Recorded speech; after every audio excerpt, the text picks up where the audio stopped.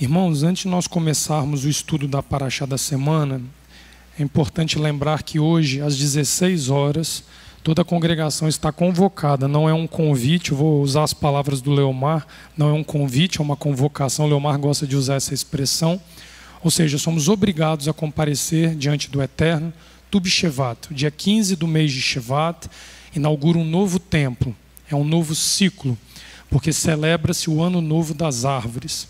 É um mandamento muito antigo contido na Torá, mas que por conta da exegese rabínica mais moderna, ganhou status de um mandamento por meio da tradição, o que na verdade não é.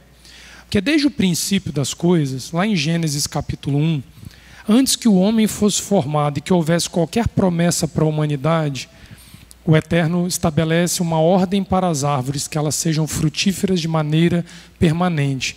Então é uma celebração que envolve diretamente um conceito do Éden, lá da criação. Então nós precisamos reverenciar esse momento, esse dia, porque o homem e a árvore, como foi cantado aqui agora, na hora da oferta, são uma só coisa diante de Adonai.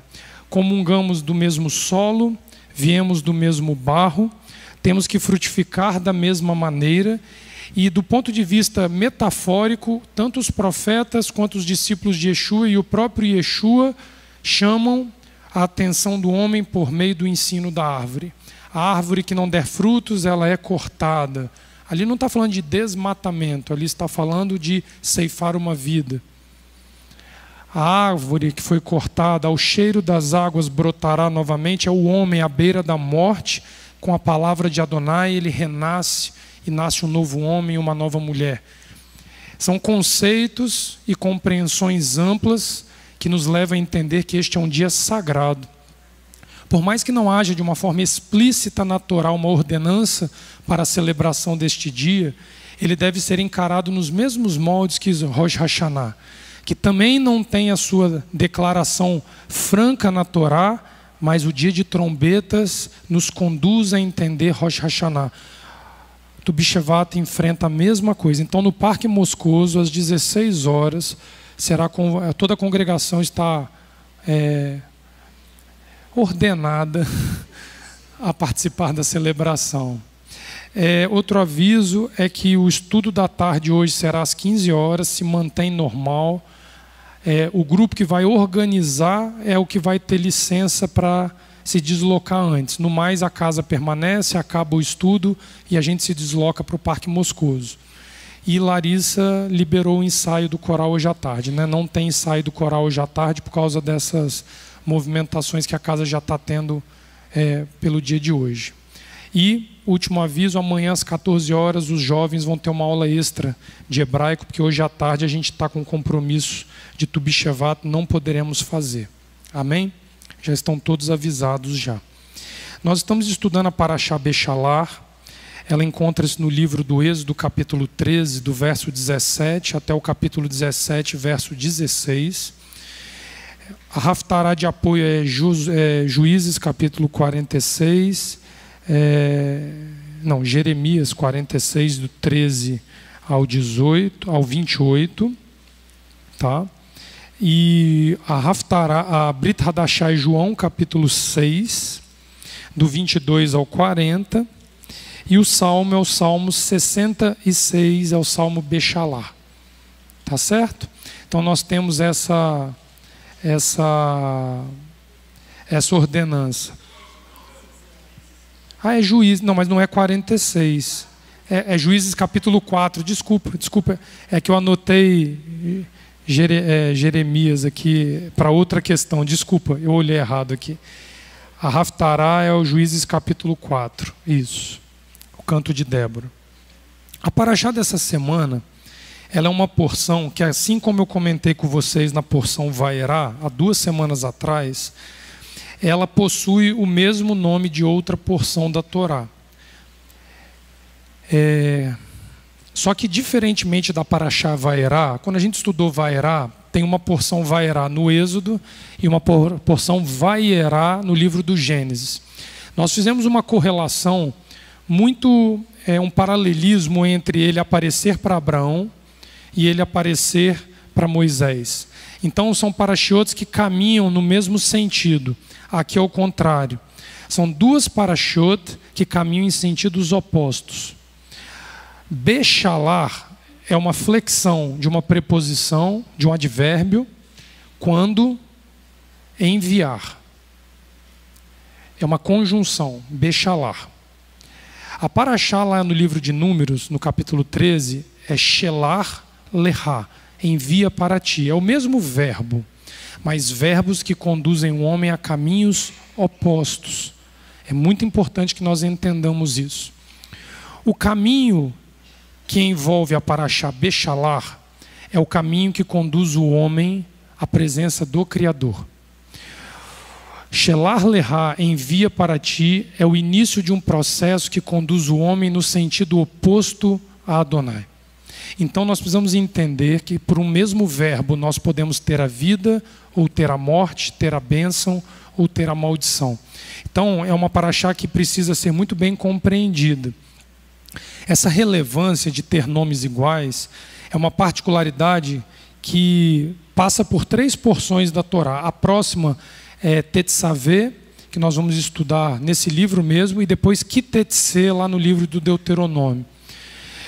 Então, quando ocorre uma particularidade dessa forma, nós precisamos entender que o foco da parashá está no verbo que conduz a parashá. Porque esse verbo aqui, se nós formos analisar ele, é o verbo shalar no hebraico. Shalar significa enviar, jogar fora, abandonar, ser expulso, mandar embora ou desistir. O verbo pode ser usado em sua forma ativa ou passiva, ampliando a utilização para enviar alguém, ser enviado por alguém ou enviar a si mesmo, uma decisão autocrática. Preste atenção. O verbo pode ser uma ação ativa, eu vou enviar uma carta para alguém. Pode ser uma ação passiva, fulano me enviou uma carta. Ou eu vou enviar a carta, sendo eu aquele que decide tomar o verbo para mim e fazer a partir de mim esta decisão. E essa diferença ela é muito importante, por quê? Porque a Torá inicia essa porção afirmando que o faraó daquele tempo expulsou. Então a tradução mais usada é quando enviou. Abre lá na porção, no verso 17. Capítulo 13, verso 17, por favor. Olha só o que a parashá vai falar. Êxodo, Shemot, capítulo 13, versículo 17. Quando o faraó deixou ir o povo, Elohim não os levou pelo caminho da terra dos palestinos, dos filisteus, posto que mais perto. Pois Elohim disse, para que o povo não se arrependa vendo a guerra e volte ao Egito. Assim começa a parashá. Se nós formos olhar mais ao pé da letra, e nós vamos dissecar isso, nós traduziríamos: ao passo que Faraó expulsa o povo. Por que isso? Porque nós não precisamos ser românticos de achar que Faraó de alguma forma baixou guarda e deixou o povo ir. Ele foi forçado a deixar. E essa força que veio sobre Faraó para obrigá-lo a deixar, partiu de Adonai. E aí, na parashá seguinte, Jetro, Itro, nós vamos aprender aquela primeira palavrinha, Anohi Adonai. A primeira das 10 palavras vai dizer, eu sou o eterno teu Elohim, que te tirei da terra do Egito, das mãos de Faraó. Não terá sobre ti outro Deus. O anúncio do poder de Elohim, resgatando Israel do Egito, encabeça a primeira das 10 palavras, o que muitos consideram as 10 palavras mais importantes de toda a Torá. Os 10 mandamentos, as tábuas da lei, conforme conhece-se mais modernamente. Só que se nós olharmos essa questão, esse é um grande impacto que culminou séculos depois com um conceito equivocado de que qual é os 10 mandamentos? Quais são os 10 mandamentos? Amarás o Eterno teu Deus sobre todas as coisas. Vocês já ouviram falar isso? Muita gente sobrepõe este conceito do amor a Elohim sobre todas as coisas por conta de uma falta de familiaridade com eu sou Adonai, o teu Elohim, que te tirei da terra do Egito, não terás para ti outros deuses. Segundo mandamento, não farás para ti imagem de escultura. Então, por conta de um equívoco, quando Yeshua lá na frente é questionado a respeito, Adão, qual o maior dos mandamentos? O maior dos mandamentos é senão Shema Israel, Adonai Eloheinu, Adonai Echad. Ouve, ó Israel, o Eterno teu Deus é um. Amarás o Eterno teu Elohim de todo o teu coração, com todo o teu ser e com toda intensidade. Yeshua não está tratando dos mandamentos necessariamente das tábuas, por mais que o Shema contemple em plenitude o significado das 10 palavras. Mas do ponto de vista literal, do ponto de vista conceitual, a primeira das 10 palavras é uma referência à remoção de Adonai de um povo da terra do Egito. Aí ocorre a perda da familiaridade.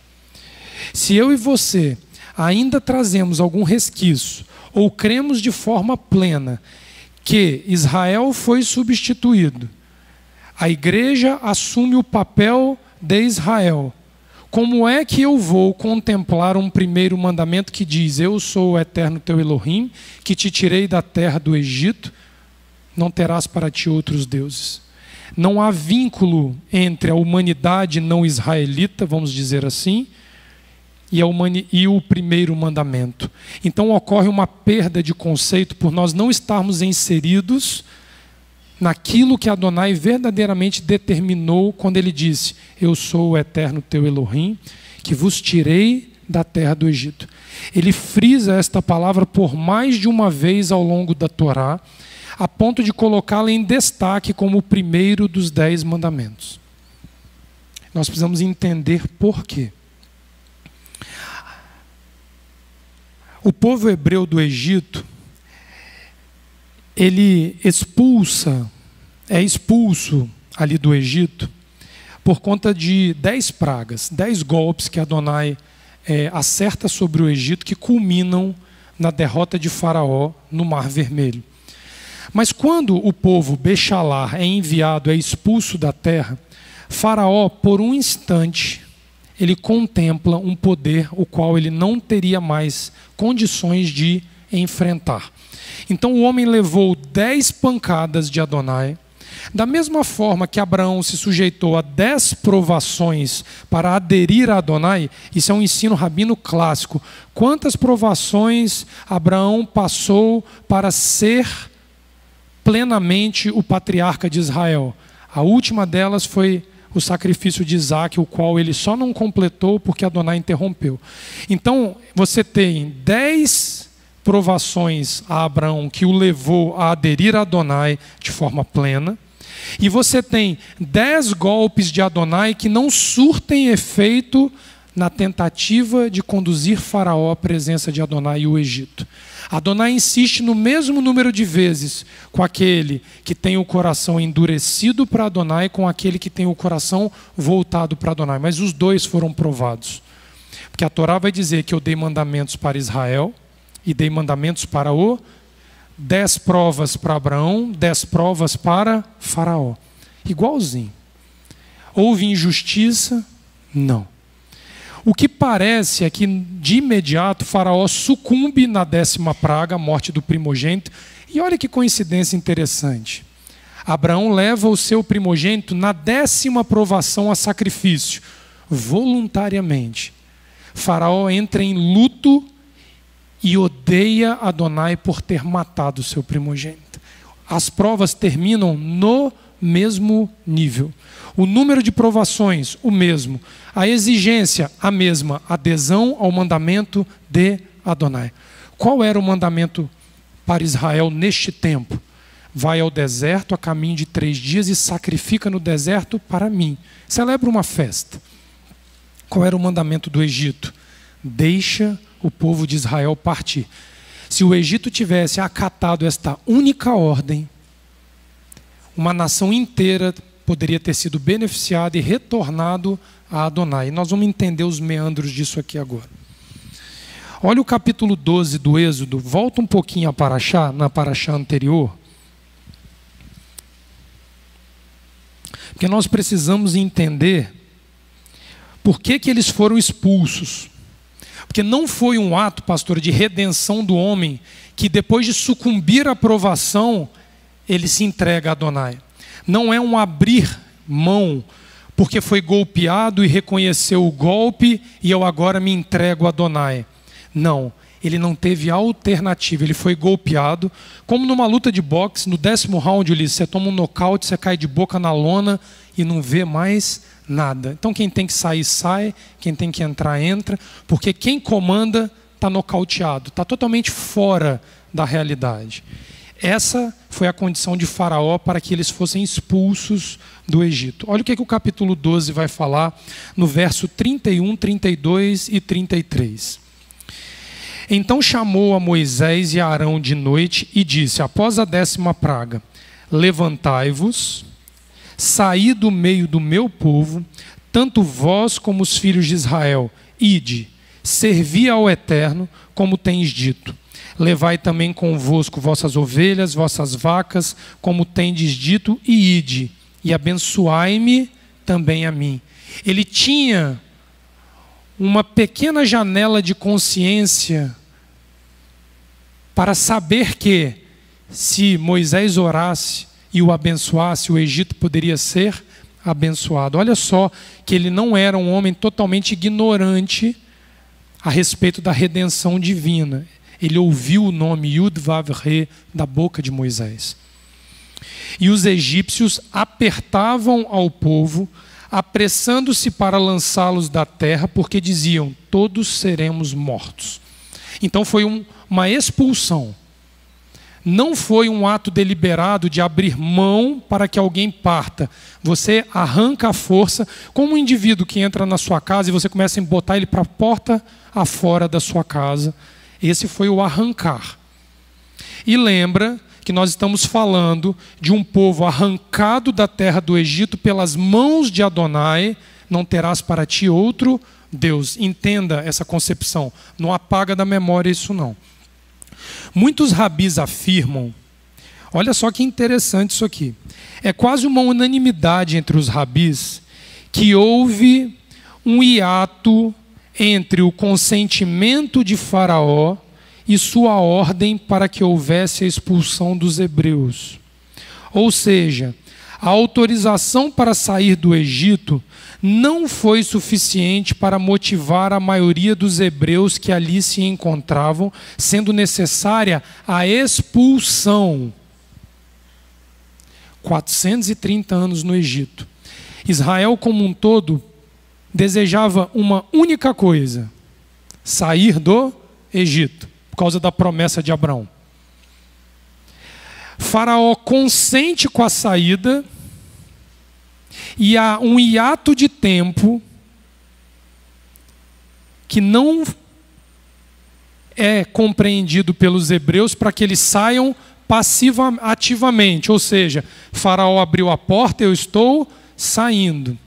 Neste hiato de tempo, houve dúvida, houve questionamentos, houve perda da adesão. É por isso o princípio de que eu vos tirei, eu vos arranquei com mão forte e braço estendido das mãos da escravidão egípcia. Porque depois de muito tempo dentro de um sistema religioso, seja ele qualquer sistema religioso existente, é como o leão dentro da jaula durante 30 anos. Você abre a jaula, ele tem medo de sair da jaula. Ele sabe que lá fora é melhor, ele sabe que ele vai voltar à origem da sua existência, mas ele não sai da jaula. Neste hiato ocorre aqui, e os egípcios apertavam ao povo. A ordem não parte de Faraó. Faraó consente com a saída, mas quem força a saída são os próprios egípcios, pelo medo da morte. Israel precisou ser empurrada para fora do Egito. Dentro desses versículos 31, 32 e 33, nós temos quatro verbos que inicialmente são ditos por Faraó para que o povo tenha o consentimento para sair.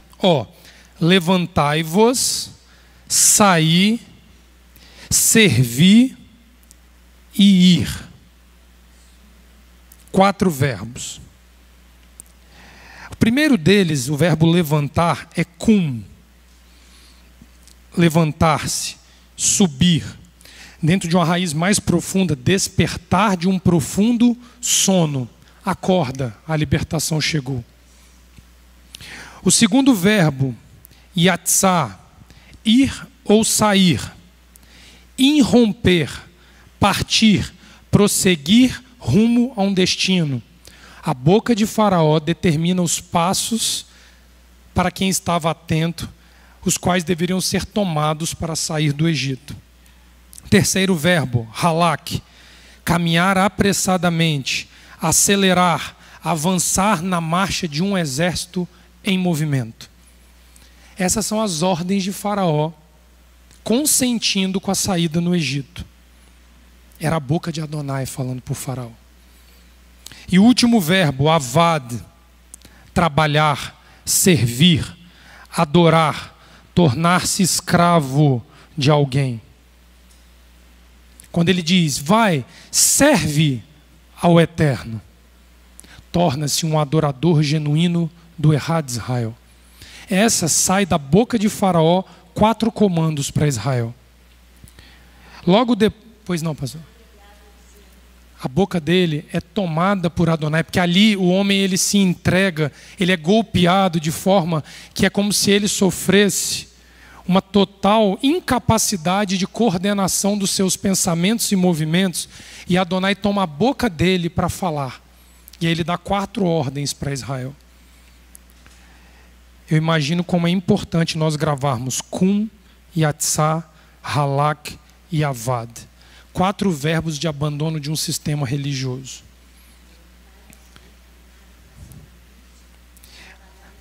Servir, tornar-se escravo de alguém. Quando os egípcios se movimentam para que ocorresse a expulsão, os verbos são: e os egípcios apertavam o povo. O verbo hazak significa ter força, fortalecer, capacitar ou crescer de forma firme. E o último verbo é o verbo do início da história: apressando-os para lançá-los da terra. Bechalar. O verbo chalar é expulsá-los da terra. Então Israel, debaixo de 6 comandos diretos, Israel começa a sua marcha do êxodo após o último golpe dos primogênitos no Egito. Esses mesmos rabis que ensinam isso, por meio de um midrash, que é uma parte da Torá oral, alegam que apenas 1/5 dos hebreus, ou seja, 600 mil homens, marcham para fora do Egito. 80% fica. Se você fizer o cálculo, eram 3 milhões de homens, dos quais só 600 mil lhes saíram. O hiato de tempo custou caro para 80% daqueles que estavam dentro de um sistema religioso, e quando a janela de abandono do sistema abre, param e não conseguem se movimentar para fora do sistema. Nós vamos transformar isso, pode falar, pastor, nós vamos transformar isso dentro de um conceito moderno, para que o primeiro dos 10 mandamentos se torne uma realidade na nossa vida. Ninguém abandona o cristianismo. Ninguém abandona o islamismo. Ninguém abandona o judaísmo. Ninguém abandona o espiritismo. O budismo, Adonai te arranca de lá. O tempo de cativeiro cobra um preço que nós não somos capazes de sair sozinhos. O Léo pode falar que ele sequestra, nos sequestra de lá? Ele tira do cativeiro. Tira do cativeiro. Porque nós não pertencemos originalmente Exatamente. a este local. É um sequestro que Adonai faz. Um sequestro. Aí. E aí nós vamos entender um movimento de um assunto que lá na penitenciária já está rodando lá dentro há muito tempo. Prestem atenção nisso. Toda vez que um império se impõe ideologicamente, filosoficamente, religiosamente sobre povos, qual é a única certeza que você tem? Que quando vier um exército maior, você vai sair de um sistema e vai cair no...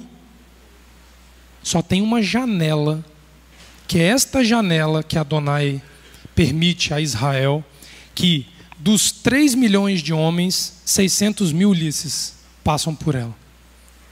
É uma janela, é um momento, é um Pêssar, é a noite de Pêssar. Por isso que ela é o memorial inaugural do calendário bíblico judaico. Porque se no ciclo de Pêssar, que nós estamos marchando velozmente para o dia 22 de abril deste ano, às 18 horas aqui na casa, é Pêssar. Abandone tudo o que você tem para fazer nesse dia, esteja aqui 5 para 6, pelo menos. Por favor. Porque se nós perdermos a janela do ciclo para o abandono do sistema religioso, nós permitimos mais um ciclo de religiosidade nos escravizar ao longo da nossa vida. Porque nós vamos entender que a Torá não é uma religião. Eu ouvi certa vez da boca de um rabino ortodoxo dizendo que a atual religião de Israel, o judaísmo, ele não representa nem de longe a essência do judaísmo do tempo de Moisés, que era apenas o cumprimento de Torá conforme Elohim determinava. Da boca de um judeu ortodoxo, praticante, barba comprida, blusa branca, calça preta, chapéu na cabeça, não é o mesmo. Não é o mesmo. A Torá não pode ser chamada de judaísmo, porque dentro da Torá não há segmentação, não há divisão, não há partidarismo, há apenas Adonai falando ao povo por meio do seu pastor e o povo acatando as ordens de Adonai. Não há uma religião que pregue isso, somente a Torá. Só a Torá. Esses mesmos rabis, por meio de um midrash, alegam que 600 mil homens, ou seja, 1/5 dos homens hebreus daquele tempo, marcham para fora do Egito, de forma que a maioria permanece lá, sem desejar a libertação prometida. Essa porção nos ensina algo muito sério a respeito da índole humana, suas inclinações, sejam para o bem ou para o mal. A relevância maior de entendermos o significado do verbo shelar envolve a percepção humana a respeito dos eventos que giram em torno da sua vida atual, desde o âmbito pessoal, passando pelo familiar, pelo âmbito social e terminando no conceito mundial de vida. Se nós não entendermos este processo, nós não entenderemos os movimentos mundiais que acontecem, que envolve guerra, que envolve pestes. Viemos de uma pandemia agora. Fome, temporais, terremotos, nós nunca vamos conseguir compreender e vamos ficar na aleatoriedade dos acontecimentos se nós não tivermos uma visão extraída da Torá sem o viés religioso para entendermos o que acontece, a começar na nossa vida pessoal. Esse mesmo homem, judeu ortodoxo, que me disse essa frase, o mesmo homem, ele é um judeu persa, nascido no Irã, nos anos 50. Os pais líderes de uma das últimas comunidades ortodoxas judaicas dentro do Irã até os anos 70, quando o Irã era pró-Ocidente, aberto ao relacionamento com Israel, e uma massa de judeus morava no Irã e no Iraque nesse tempo. A maior comunidade judaica em diáspora na história de Israel habitou a Pérsia, no Irã e no Iraque. Esta comunidade, quando o Shah do Irã, nos anos 70, dá o golpe e estabelece um regime teocrático xiita, que é o que está hoje comandando a situação contra Israel aí hoje, Teherã, este regime expulsa os judeus de lá de dentro. Você sabe qual foi a notícia que esse homem deu para mim? Eu imigrei, Leonardo. Já era casado lá, vim com minha família para cá, mas meu pai e minha mãe preferiram permanecer. Eles preferiram permanecer porque tinham uma condição de vida muito boa no Irã.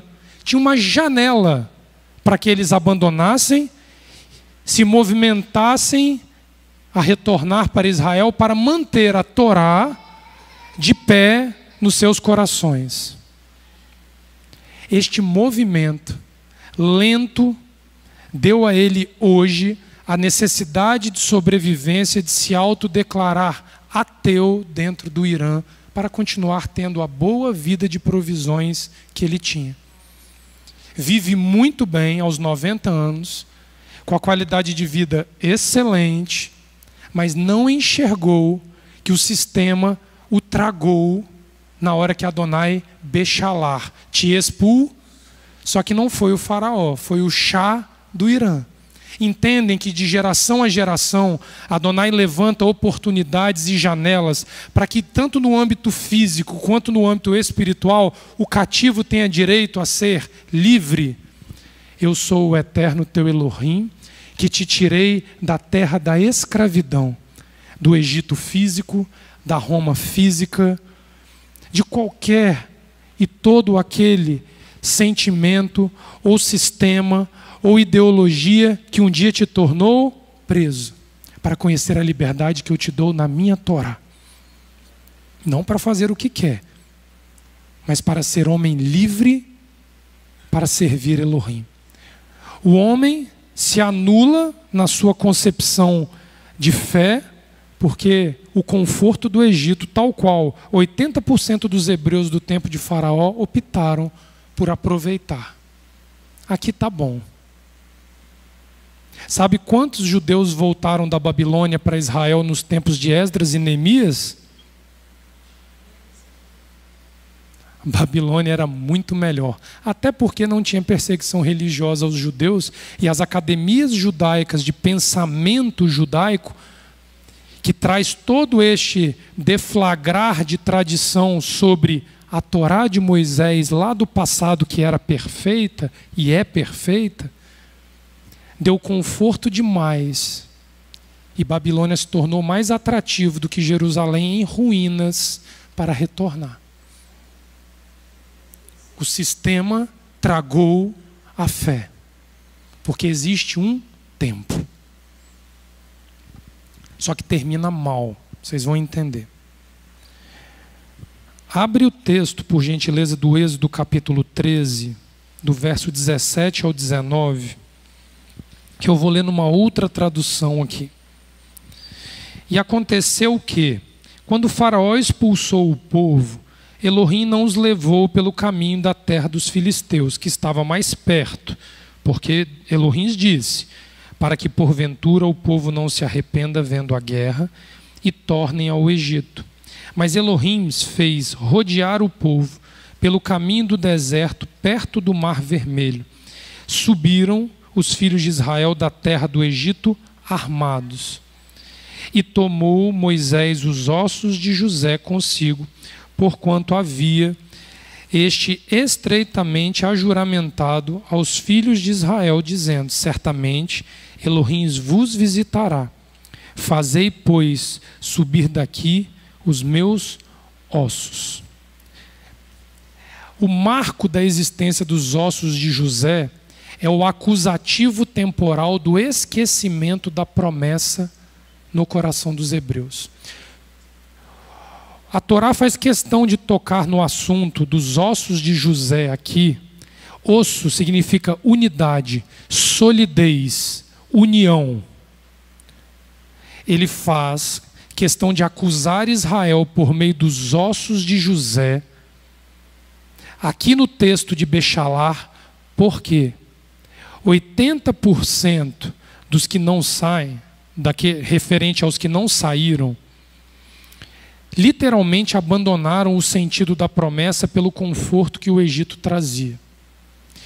Os outros 1/5, 20%, sofrem de um outro problema. Segundo o Talmud, vai dizer, existem 3 hipóteses para que os ossos de José tenham sido tocados no assunto aqui. A primeira delas, Israel marcha, quando chega a Sucot, precisa enviar uma milícia de volta porque esqueceu dos ossos de José. Esses ossos, segundo o Talmud vai dizer, eles eram escondidos numa espécie de sarcófago egípcio, e uma única remanescente, filha da tribo de Asser, uma neta direta de Asser, ainda era viva, tinha mais de 100 anos. Era a única testemunha em Israel que se recordava o verdadeiro paradeiro do túmulo dos ossos de José, que tinha sido lançado no rio Nilo. Moisés precisa ir ao Nilo com uma tábua de ouro para que o Nilo emergisse os ossos de José. E segundo o Talmud diz, Moisés diz, vem para fora, ó ossos de José. E os ossos vêm como se fosse José caminhando para fora das águas.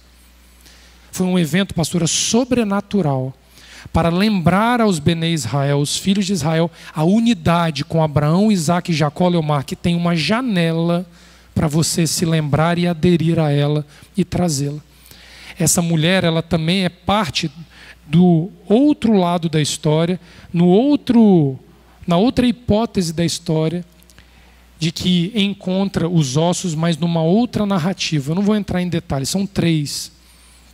Dentro desse conceito, quando você vê falar que os ossos foram esquecidos, o osso é a memória mais sólida e mais longa que permanece de alguém que um dia viveu. A carne vai embora rápido, os pelos vão embora rápido, o osso permanece. Foi o osso de José que foi esquecido. Esta ligação com os patriarcas foi esquecida por 80% dos homens daquele tempo. Hoje, talvez seja razoável dizer que é muito mais de 80% da humanidade que se esqueceu desta conexão com a casa de Jacó. A marcha dos hebreus para fora do Egito precisa ser vista de forma mais ampla do que apenas uma libertação física do cativeiro de 430 anos. O processo mais doloroso e custoso ainda estaria por vir. Presta atenção nisso.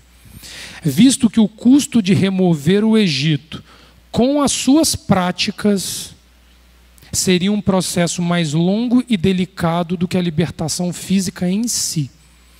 Tirar os conceitos egípcios daqui, romanos, budistas, islâmicos, cristãos e etc., daqui e daqui, dói mais e custa mais do que a vida de um primogênito, do que a abertura e afogamento de um exército no Mar Vermelho e as demais pragas. É muito pior.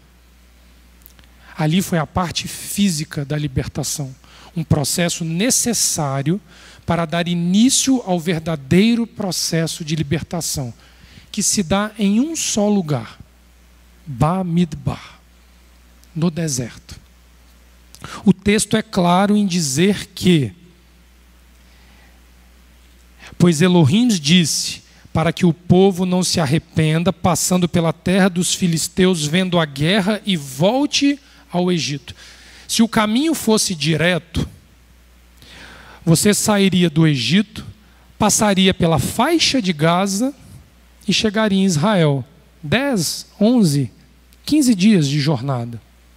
Você sai do Egito, desce a península do Sinai, sobe os desertos neste meio, e depois cruza o Jordão. Essa é a parte dolorosa da história. A parte de abandono é uma questão de adesão. Adonai falou comigo e com você lá dentro do cristianismo, lá dentro do judaísmo, lá dentro do islamismo. Eu faço uma adesão. É Ele que vai me arrancar dali de dentro. Mas sou eu que preciso arrancar o Egito de dentro de mim. O custo e a dor é muito maior. Isso aí. Assim, devemos entender que o abandono de qualquer sistema religioso que nos retém não vem inicialmente acompanhado de um embate físico. Eu não tiro o cristianismo de dentro de mim fisicamente, com uma luva na mão, uma espada na mão, uma arma na mão. Não é assim que eu tiro esses conceitos. Pelo contrário, esse movimento inicial visa glorificar a divindade única de Adonai e tornar seu nome conhecido por todos que testemunham sua libertação, e não requer um embate físico contra o velho sistema religioso. Você abandona. Seus parentes vão olhar e ver que houve um abandono, porque aquele que é único foi glorificado e foi testemunhado. Essa é a primeira etapa da libertação, glorificar o libertador. Friso que, se acontecer um embate, na verdade, estaremos saindo de um sistema e adentrando no outro. Se eu e você fizermos uma reflexão dos termos do nosso abandono, das antigas concepções religiosas, das antigas filosofias, daquilo que nos regia, seja até mesmo a ausência dela, porque o ateísmo também não deixa de ser uma ideia e uma concepção que exalta a ausência de qualquer divindade. Se houve um embate na nossa saída, nós saímos de um sistema e entramos no outro. Qual é a prova disso? Inúmeras. Vou dar um exemplo. Lutero saiu pela porta dos fundos na janelinha que Adonai deu a ele, ou ele brigou face a face com Roma? Houve abandono de um sistema. O sistema católico romano naquele momento teve um fragmento. Mas inevitavelmente, quando Lutero não adere ao Shabat, não retorna para Pessah, Shavuot, Sukkot, Páscoa, Pentecostes e Tabernáculos, não assume a doutrina da ressurreição dos mortos, pela morte da natureza carnal na via sacrificial da Torá, ele sai de um sistema e se vincula a um outro, a chamada igreja protestante, no mesmo buraco que as demais religiões se encontram. É uma transição de sistemas que dá uma falsa ideia de libertação, porque não cumpre o rito da Torá. Não foi Adonai que te arrancou. Quando a igreja entra em ruptura, quer ver uma igreja entrar em ruptura? 5.000 membros. Está no ponto certinho para romper. Porque os pastores vão negociar quantas ovelhas cada um leva. No ato dessa ruptura, você funda outra, e ali você vai multiplicando as suas fundações. Quando no abandono, pouquíssimos te acompanham. E às vezes esse abandono é tão doloroso, ele é tão marcante, ele é tão impactante que você se esconde em casa e as pessoas começam a bater na sua casa para você abrir a porta porque querem retornar com você. E aí começa dentro da sua casa o retorno. Isso é legítimo. Não há abandono de um sistema com placa e local pronto para existir na semana seguinte. Não há. Não há.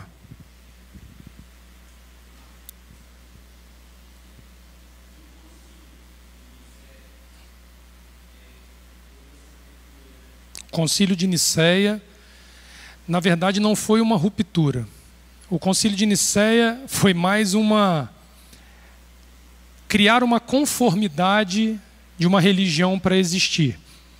Na verdade, ali o Concílio de Nicéia, ele atribui a características bíblicas uma doutrina que seria base para toda uma religião romana que se estabelecia. Então, em momento algum, Paulo rompe com o judaísmo, qual ele mesmo alega ter sido servidor, e funda uma outra segmentação religiosa. Tanto é que, se você olhar o livro de Atos com muita paciência, você vai ver que os judeus fariseus daquele tempo não sabiam dizer quem eram estes que seguiam a Paulo e a Yeshua, filho de Davi. Então eram chamados de a seita dos nazarenos, porque o homem que veio de Nazaré criando todo este processo. Mas você não vê da boca de Paulo, não vê da boca dos discípulos uma nomenclatura dando caráter religioso ao que eles faziam. Em todo tempo eles falam que Moisés é ensinado em toda a sinagoga, a cada Shabat, em todas as cidades. Então, o princípio é a Torá de Moisés. É a única referência que ele faz. Ele ensina a Torá pura e simplesmente a Torá. É a preocupação de Paulo. Então, toda vez que um sistema vai se formando por abandono de um outro, você sai de um e entra em... A não ser que você pegue esta janela da Parashá Bechalá e saia rumo a um deserto. Porque no deserto ninguém tem multidão te acompanhando. Quando você falar que você vai para um lugar com privações, com restrições e com limitações, não lota. Não lota. O sistema que nos subjugava, ele precisa ser confrontado por Elohim e medir forças para que o universo testemunhe pelas gerações o poder do El de Israel. Ou seja, trata-se do julgamento do sistema religioso que te conduzia exclusivamente pelas mãos do Eterno. Eis o motivo maior de guardarmos a celebração de Pêssar. Manishtaná halayla hazeh mikol halelut. Porque esta noite é diferente de todas as noites, porque é ela que inicia a ruptura com o sistema. Sem Pêssar, sinto muito. Se continuar contando 50 dias do carnaval para comer o vinho da Páscoa, ou fingindo que não existe pães asmos, ervas amargas e um cordeiro a ser sacrificado nos moldes da Torá, eu sinto informar-nos, porque eu me incluo, que segundo a Torá, nós estamos ainda presos a um sistema religioso. Não há escapatória. Notem que desde a marcha de saída do Egito, Israel enfrenta sentimentos como incerteza, medo, arrependimento de deixar o local e suas práticas, demonstrando o tamanho do problema envolvendo um processo de libertação física e espiritual de um sistema, o qual expõe o quão enraizados eles estavam por causa das práticas pagãs daquele sistema, no caso, o Egito. Abre o Êxodo capítulo 14, por favor. Mas até aqui, eles são desculpáveis diante de Elohim.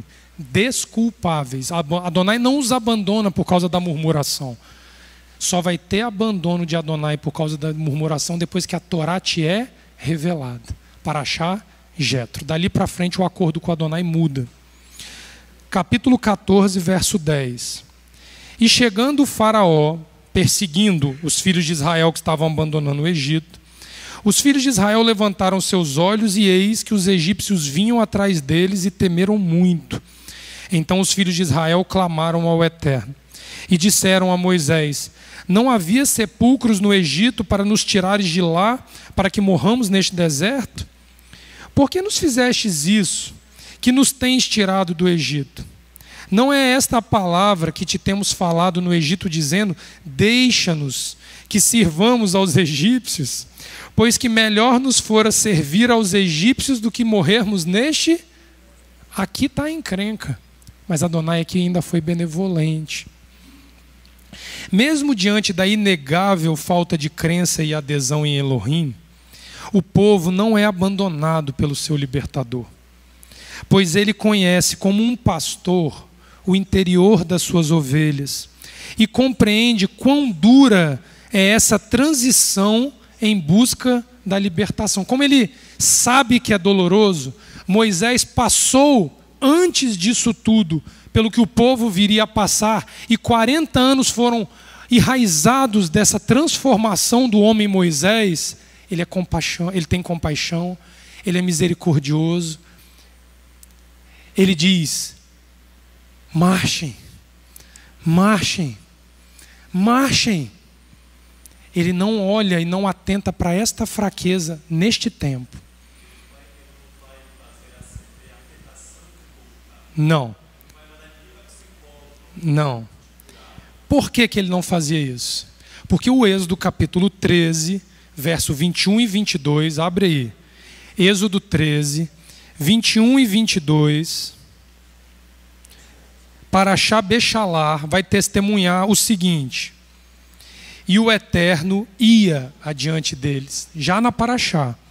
De dia, uma coluna de nuvem para os guiar pelo caminho.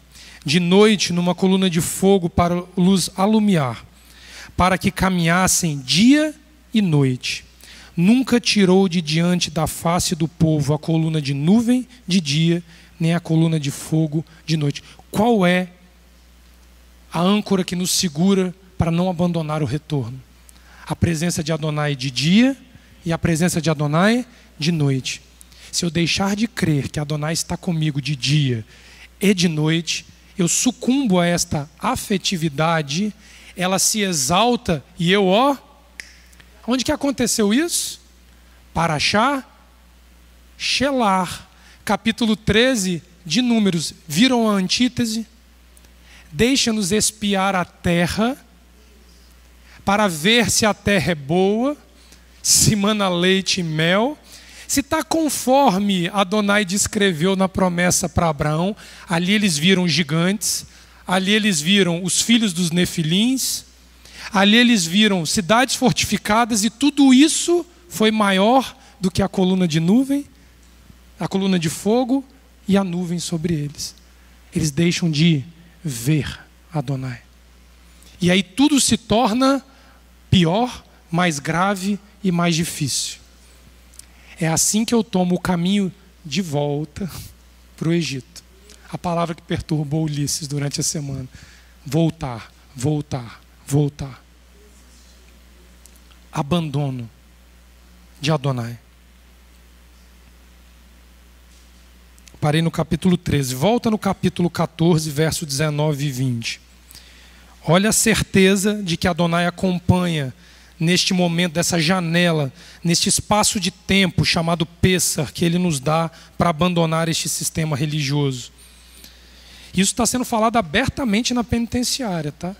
A ponto de um detento, eu já disse isso para vocês, pedir a palavra e dizer: hoje eu reconheço e agradeço pelos 6 anos de encarceramento, chorando, desabado, na frente dos seus colegas de cela, dizendo: hoje eu aceito e entendo o porquê eu vim preso, porque eu era um homem refém de um sistema religioso. E eu vim para cá para ser livre. Essa foi a fala. 3 testemunhas ouviram isso da boca dele aqui. O texto no capítulo 14, verso 19, diz assim: e o anjo de Elohim, porque nós falamos isso francamente com eles, damos nomes aos bois, não tem meias palavras. E o anjo de Elohim, que ia diante do exército de Israel, se retirou, e atrás deles também a coluna de nuvem se retira de diante deles e se põe atrás deles. Ia entre o campo dos egípcios e o campo de Israel. E a nuvem era escuridão para aqueles, e para estes esclarecia a noite, de modo que em toda a noite não chegou um ao outro. Por mais que a ameaça estivesse na sua frente, Adonai se coloca como o anteparo de proteção, o qual a ameaça não vai conseguir trespassar, até que ela seja derrotada. Essa é a marcha de abandono. O zelo e cuidado de Elohim em conduzir uma pessoa rumo à libertação, especialmente no aspecto religioso, é provida de amor e de força, mas é sucedida de provações. Aqui está o problema. Assim que a ameaça egípcia, ou entre parênteses, qualquer outro sistema religioso que nos aprisiona, fecha parênteses, é eliminada diante dos nossos olhos, começam os trabalhos interiores de Adonai retirando conceitos enraizados na mente e no coração. Deuteronômio capítulo 8 vai dizer que eu vos provei ao longo de 40 anos no deserto. Te deixei ter fome, mas te sustentei com o pão que caía do céu. A sua veste e a sua sandália não estragaram, para saber e provar o que havia no meu e no teu coração. Essa é a parte dolorosa do retorno. Que por meio do Cristo foi encurtada direto para a salvação e para a eternidade. A Torá não ensina isso. O Messias passou 40 dias e 40 noites sendo provado e não foi visto nele pecado. Na envergadura dele, sem pecado, sendo homem frágil como eu e você somos, foram 40 dias e 40 noites. Moisés foram 40 anos e 40 noites. De anos. Entende a diferença? Yeshua, 40 dias e 40 noites, porque não viu o pecado. Moisés, 40 anos. 40 anos de dias, 40 anos de noites. Tem uma diferença, né? Imagina eu, Ulisses. 80? 100? Vou chegar ao fim? Nós estamos falando de Moisés. É necessária uma franca observação a esse respeito, para que não sejamos parcialmente libertos de uma situação e venham a ser consumidos pelos remanescentes pagãos no interior do humano. Esse detalhe é bem evidenciado quando Israel, ao deixar o local da ruína egípcia, o Mar Vermelho, é confrontado com esse aspecto no interior. Olha só que interessante, Êxodo capítulo 15. As águas do Mar Vermelho se fecham sobre o exército dos egípcios e de Faraó. Faraó morre. O exército dos egípcios é destruído. Tudo isso diante do meu e dos seus olhos. Quando isso acontece, olha onde é que nós caímos. Capítulo 15, verso 22. Depois fez Moisés partir os israelitas do Mar Vermelho e saíram ao deserto de Sur. E andaram 3 dias no deserto e não acharam água. Então chegaram a Mará, mas não puderam beber as águas de Mará, porque eram amargas, por isso chamou-se o nome Mará. E o povo murmurou contra Moisés, dizendo: que havemos de beber? E ele clamou ao Eterno, o Eterno lhe mostrou um lenho, que lançou nas águas, e as águas se tornaram doces. Ali lhes deu estatutos e uma ordenação, e ali os provou. E disse: se ouvires atento à voz do Eterno teu Elohim, e obrares o que é reto diante de seus olhos, e inclinares os teus ouvidos aos seus mandamentos, e guardares todos os seus estatutos, nenhuma das enfermidades porei sobre ti que pus sobre o Egito, porque eu sou o Eterno que te sara.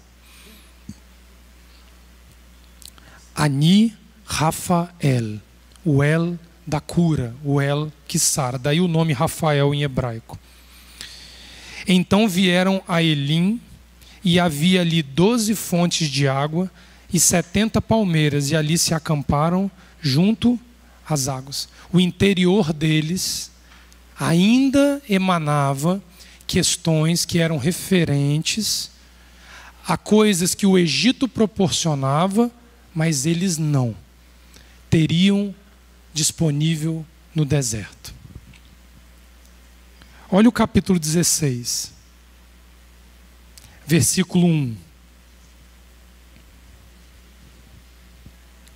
E partindo de Elim, toda a congregação dos filhos de Israel veio ao deserto de Sim, que está entre Elim e Sinai, aos 15 dias do mês segundo, depois que saíram da terra do Egito.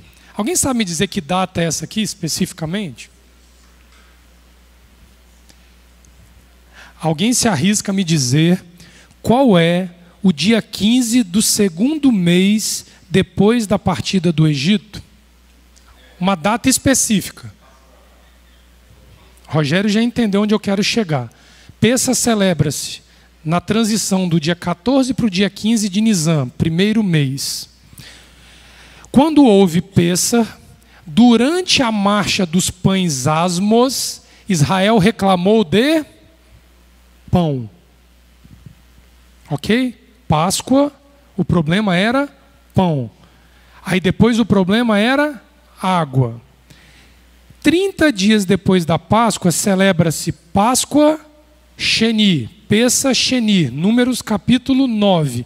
Quem não celebrou um mês atrás, na data correta, para não perder a janela de libertação do sistema, para não perder mais um ciclo na religiosidade, na ideologia, ele te dá uma nova Páscoa, para os atrasados no tempo poderem dar o seu salto rumo à liberdade. Isso literalmente é Pêssar em hebraico, saltar para ser livre.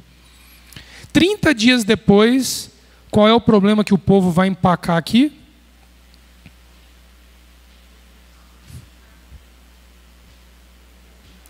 O problema da saída era pão e água. Qual era o problema 30 dias depois? Pão e... Qual é o problema do abandono do sistema? Vontade de comer e beber aquilo que eu tinha?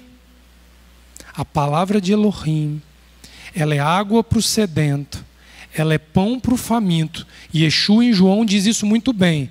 Quem beber desta água, ele falando dele, rios de águas vivas correrão no teu, não vai ter sede.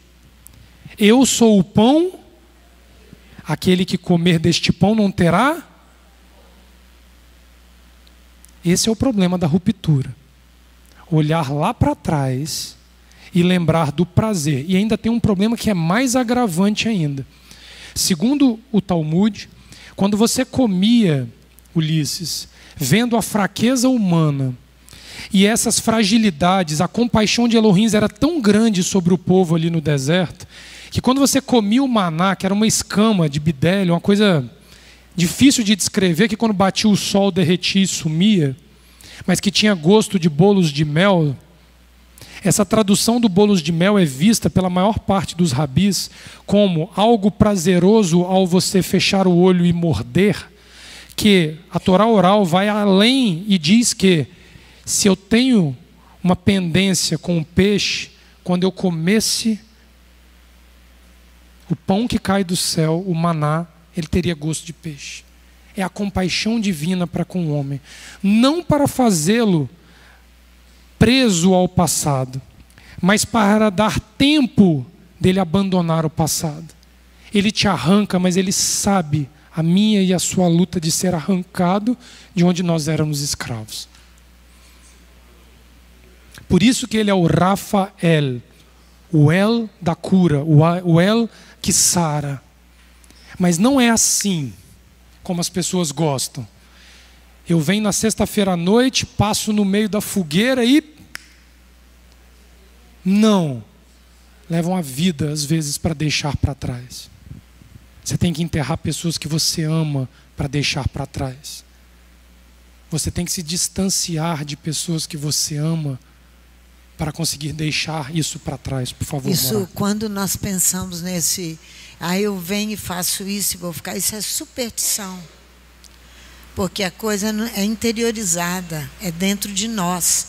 Quando aqui, em Mara, Israel estava, e Adonai teve compaixão, que ele viu Israel, eu escrevo aqui, olha só.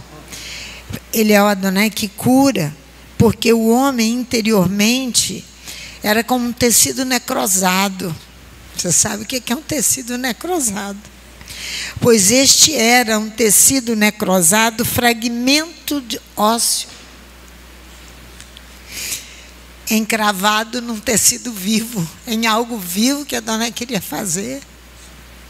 É assim que nós temos que nos ver para deixar a Adonai tratar. podres, precisando de libertação e de cura da terra. Ser sarado.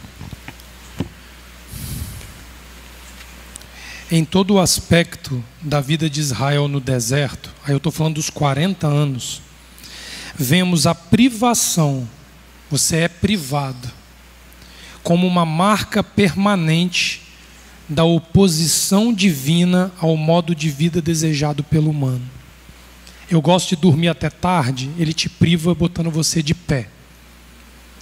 Eu gosto de comer carne de porco, ele te priva sem comer a carne de porco.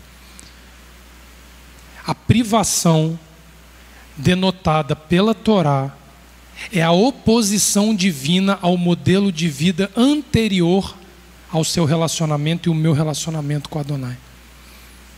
É a privação, é a restrição. Isso dói, isso machuca, isso te faz e faz a mim chorar, mas não pode ser o estímulo para abandonar. Privação não quer dizer necessariamente ausência de sustento, mas no caso de Israel, uma clara oposição à fartura que de costume havia no Egito. Tinha-se muito, tudo era abundante. No deserto tudo falta, caía dos céus todo dia, a porção para o dia.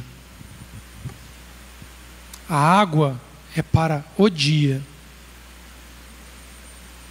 O desejo humano, em todos os seus aspectos, era o alvo principal de Elohim ao colocá-los numa situação de privação em oposição à fartura e o conforto. Esse modus operandi de Elohim é singular e não está disponível naturalmente à mercê humana. Não é qualquer um que passa por isso. Pelo contrário, esse é o custo pelo privilégio de gozar de uma libertação promovida por Adonai. Tem custo, não é gratuito. O Messias, quando ressurge em carne, Tomé aparece para ele e ele não consegue reconhecer o Messias. Foram as marcas da cruz em seu corpo e as chibatadas antes da crucificação que tornam Tomé um adepto. Foram as marcas da dor, da privação, do isolamento, da carência daquele momento onde ele esteve sozinho. Elohá, Elohá, sabactane, por que me abandonastes, Pai? Aquele momento ali é o testemunho fiel de alguém que comprou por alto preço a morte com ressurreição. E eu e você temos o prazer no conforto e nos privilégios.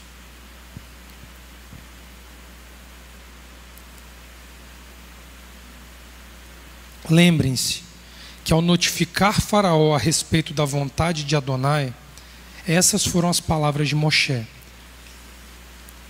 Diz-lhe Adonai, o Elohim dos hebreus, enviou-me a ti para dizer. Foi assim que Moisés se dirigiu a Faraó. Envia meu povo, que eles me sirvam.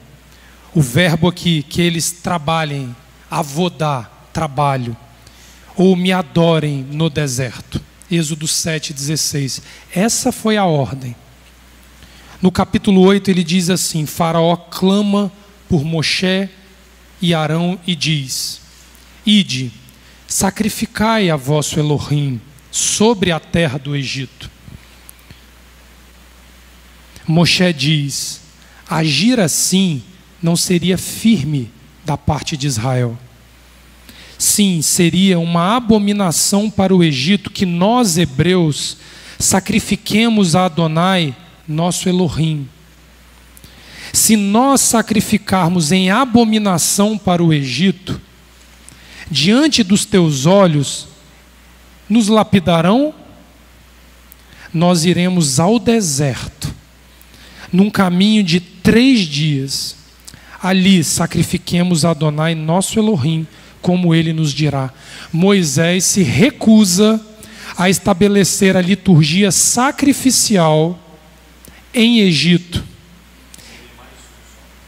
Ele estabeleceria uma religião pagã no Egito. Porque não veria sentido na morte de animais sem a privação do homem, símbolo do animal morto. Por isso que você vai ao deserto para sacrificar.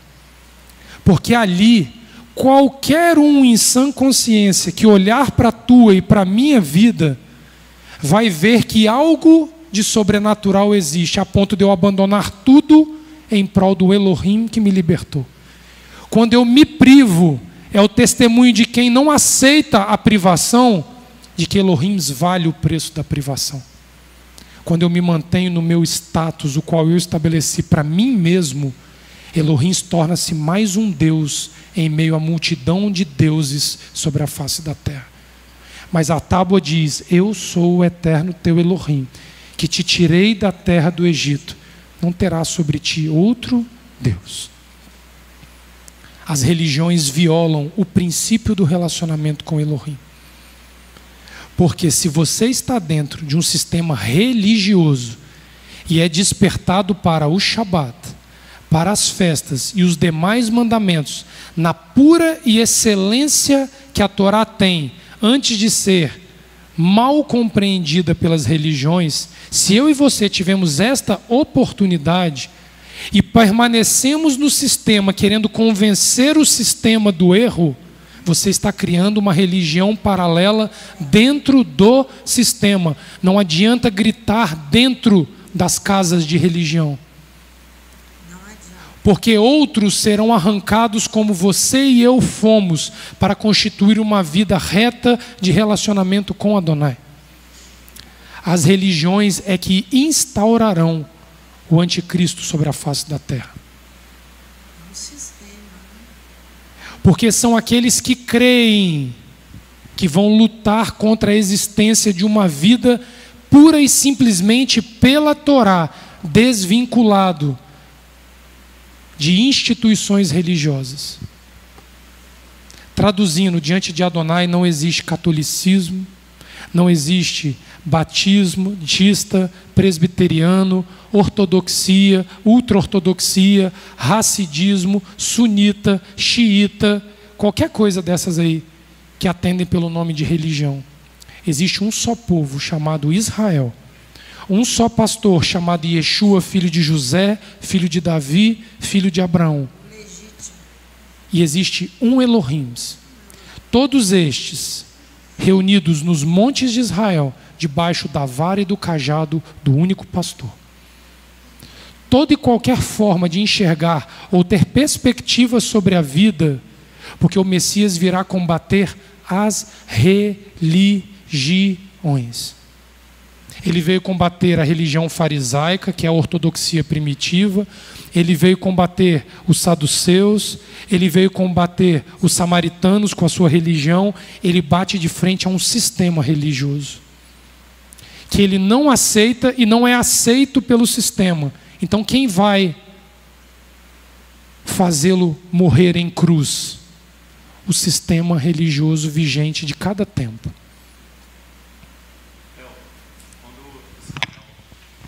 Quando Israel parte para o Egito, para o deserto, a ordenança ali de Peça, no Êxodo capítulo 14, verso 46, ele diz assim: numa só casa se comerá o cordeiro. Ele não estabelece uma divisão da casa. É um único lugar. Então o que o homem faz quando se faz adaptação em religiões, ele divide a casa. Que o Deuteronômio capítulo 16 lá na frente vai dizer que haverá um local de adoração único sobre a face da terra. Exatamente. Então, é uma extensão com uma visão mais global dessa unidade que você está falando. A divisão em religiões é a divisão filosófica dos homens para estabelecer e prender a mente humana, né? Isso. Entendam. Enviou-me para dizer: envia meu povo para que eles se sacrifiquem no deserto. Numa forma mais ampla de entender, A ordem de Elohim para Faraó é: deixa meu povo ir para que o meu povo se sacrifique no deserto. A palavra sacrificar no hebraico é zavar. Sacrificar a carne, literalmente, sacrificar a carne, matar a carne. Abater para sacrifício. Fazer oferenda. Essa é a premissa básica das ofertas sacrificiais descritas no Números capítulo 28. Se vocês quiserem depois olhar com calma, o texto começa assim: Adonai fala a Moshe para dizer, ordena aos filhos de Israel dizendo, meu presente, o sacrifício, é visto por Adonai como um presente. Meu pão para meus fogos, o odor de meu agrado, vós guardareis para apresentá-los a mim em seu encontro comigo. Então o sacrifício, que ali iminentemente começa pelo sacrifício de animais para incitar o homem a entender o auto-sacrifício, a privação, o abrir mão, a morte do ego, da vaidade, torna-se uma doutrina de saída do Egito, que começa a ser simbolizada por meio de um animal que morre no meu e no seu lugar, no âmbito físico. Mas que lá em Romanos capítulo 12, Paulo vai dizer assim, abre lá. No verso 1, 2 e 3, Paulo compreendendo e extraindo este conceito de morte animal. Animal, o sentimento animal, carnal existente dentro do homem, Paulo entende e diz assim, rogo-vos, pois, irmãos, pela compaixão de Elohim, que apresenteis os vossos corpos em sacrifício vivo. É para dar um tiro na cabeça e se matar por Adonai? Não, em sacrifício vivo, eu de pé estou morrendo. Essa é a doutrina da morte do eu, morte da natureza carnal, morte do pecado no meu interior. É uma doutrina bíblica isso. Santo e agradável Elohim, que é o vosso culto racional.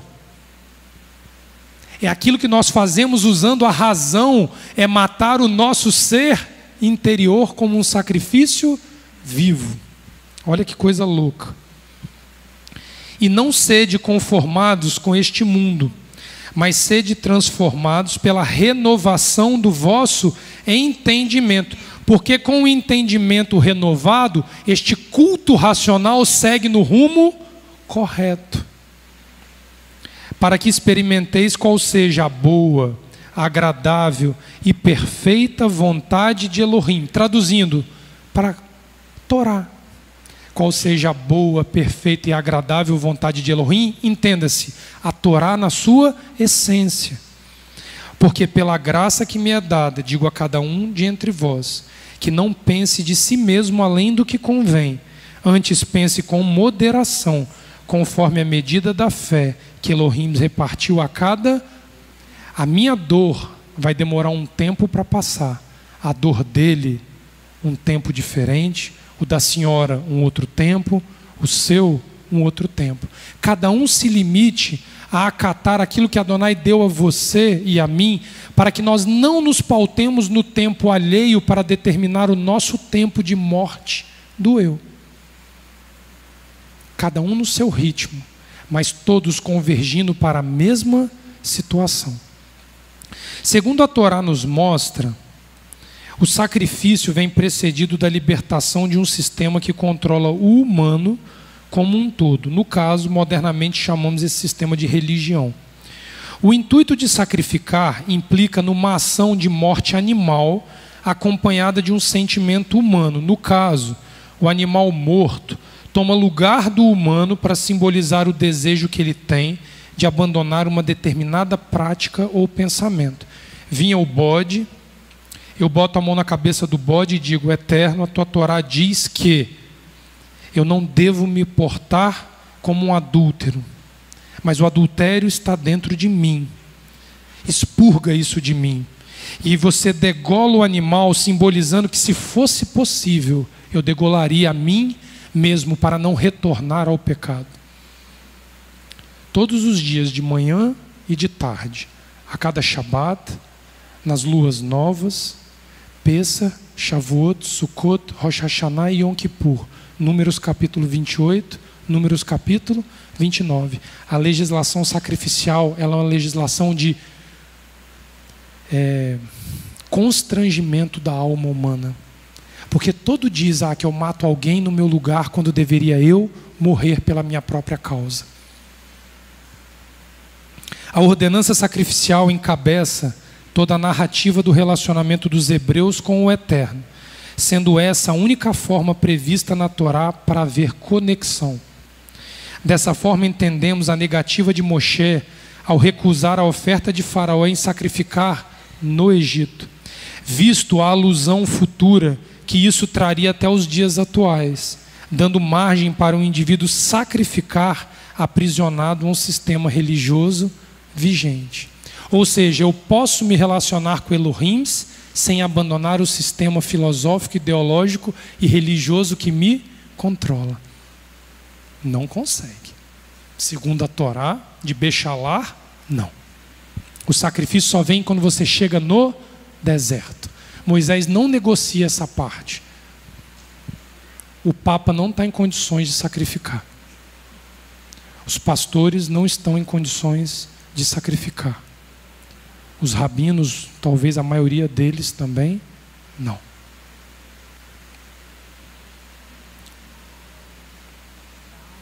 Portanto, devemos encarar os rituais sacrificiais como o primórdio daquilo que viria a ser conhecido como morte da natureza carnal e ressurreição dos mortos.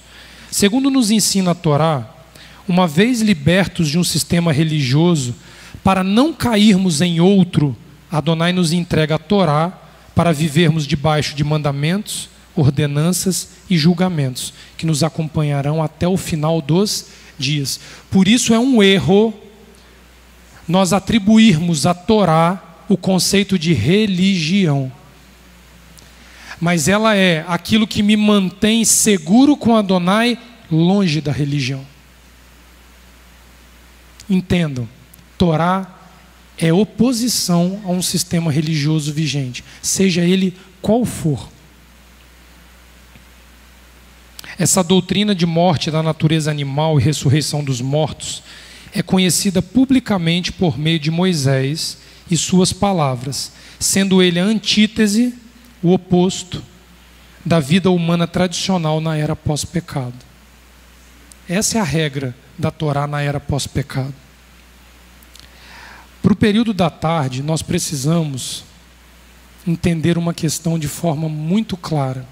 Até agora falou-se de um povo que aderiu a Elohim, foi arrancado do sistema e parte para um deserto para sacrificar. Mas e a outra parte? Qual é o destino daquele que dentro do sistema nasceu, dentro do sistema permaneceu e resolveu enfrentar Elohim face a face?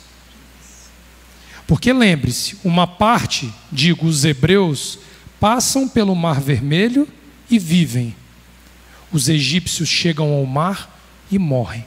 Qual é o nome disso na Bíblia? Eu vou deixar o nome para as 3 da tarde nós voltarmos. Suicídio, o nome disso. Autodestruição. Autoexterminação. Quando você de dentro do sistema enxerga o poder de Elohim e se recusa a sair dele, você inevitavelmente vai ter um confronto direto com a morte. E isso na visão bíblica é o mesmo que pegar uma arma, botar na cabeça e exterminar com a sua e com a minha vida. Shabbat Shalom, às 15 horas nós retornamos para finalizar a palavra.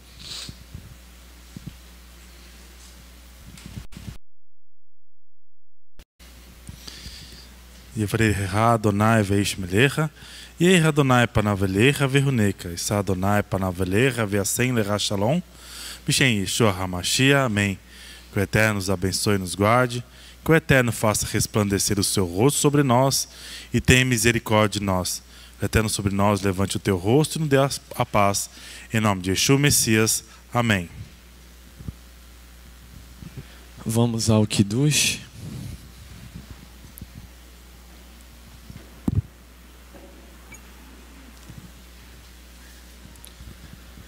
Baruch atah Adonai, Eloheinu melech haolam, Bore peri hagafen, Bishem Yeshua HaMashiach. Amém.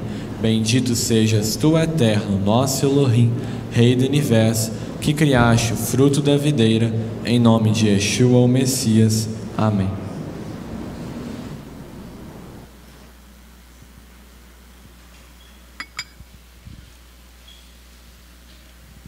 Baruch atah Adonai Eloheinu melech haolam, asher kideshanu bemitzvotav vetzvanu al netilat yadai, Bishem Yeshua HaMashiach. Amém. Bendito sejas tu, eterno, nosso Elohim, Rei do Universo, que nos santificaste com teus mandamentos e nos ordenaste sobre o lavar das mãos, em nome de Yeshua, o Messias. Amém.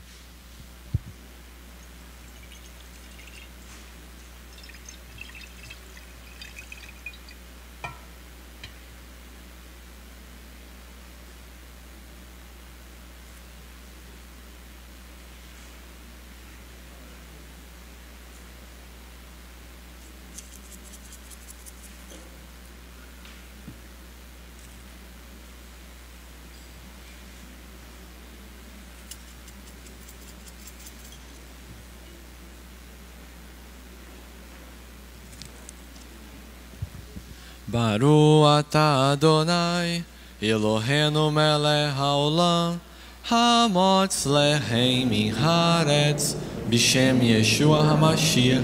Amém. Bendito sejas tu, eterno, nosso Elohim, Rei do Universo, que faz sair o pão da terra, em nome de Yeshua, o Messias. Amém. Shabbat Shalom.